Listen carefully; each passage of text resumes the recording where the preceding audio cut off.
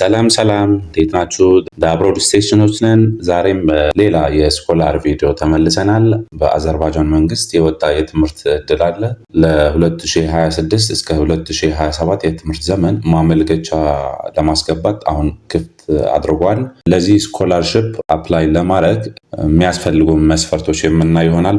በመጀመሪያ የሚያስፈልገው ዜግነት ሲሆን ኦርጋናይዜሽን ኦፍ ኢስላሚክ ኦፕሬሽንስ እና ኖን አይላንድ ሙቭመንት አባል ሀገራት ዜጎች ኢትዮጵያን ጨምሮ ማለት ነው መሳተፍ ይችላሉ። በሌላው መስፈርት የተቀመጠ የእድሜ ገደብ ነው። እስከ መስከረም 5 2019 ዓመተ ምህረት ድረስ ለመጀመሪያ ዲግሪ እና ሕክምና ዘርፍ ለምትወስዱ ከ35 ዓመት በታች መሆን አለባችሁ። እንዲሁም ለማስተርስ እና ለሕክምና ስፔሻላይዜሽን ከሆነ ከ40 ዓመት በታች መሆን አለባችሁ።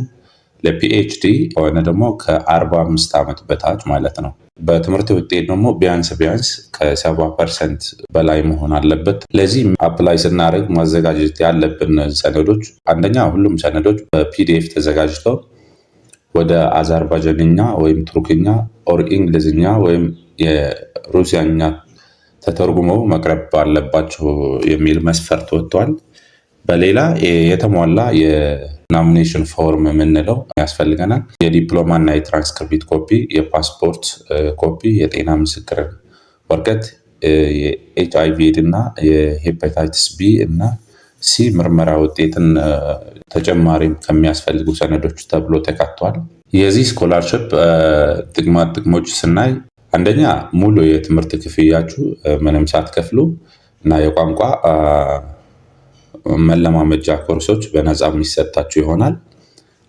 በሁለተኛ የአውሮፕላን ትኬት በአመት አንድ ጊዜ የደርሶ መልስ የኢኮኖሚ ክፍል ትኬት ይሰጣችሁ ይሆናል።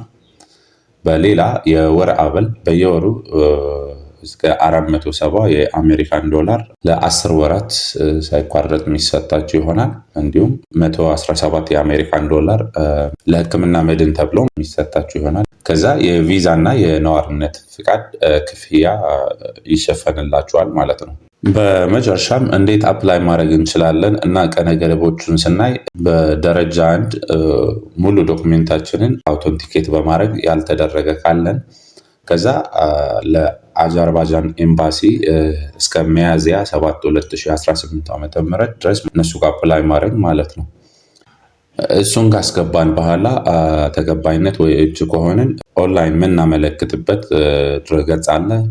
SIACAS የሚል ድረገጽ ላይ በሱ ድረገጽ በኩል ከግንቦት 10 እስከ ግንቦት 24 ባለ ጊዜ 2018 ዓ.ም መመዝገብ አለብን። ከዛ በዘለለ ግን ኦፊሻል ሊንካቸው በዲስክሪፕሽን ላይ ወይ በታች የምናስቀምጥላችሁ ይሆናል። ገብታችሁ መስፈርት በደንብ አይታችሁ ላይ እንድታደርጉ ምናበረታታ ይሆናል።